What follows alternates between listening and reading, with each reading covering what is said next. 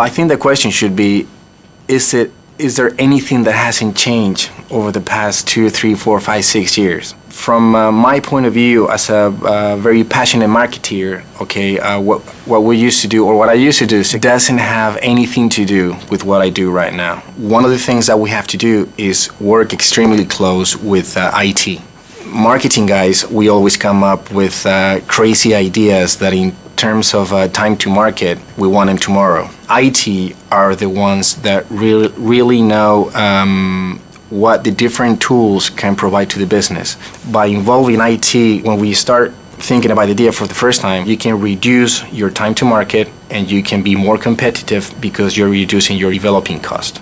So when IT marketing or marketing IT, when we have a dialogue, we have a dialogue. I mean, we talk about quotes, we talk about policies, we talk about a business plan. Okay, we have the same objective and we have the same language. So IT is really helping Berti to keep maintaining our value proposition in terms of being different and adapting ourselves to the customer.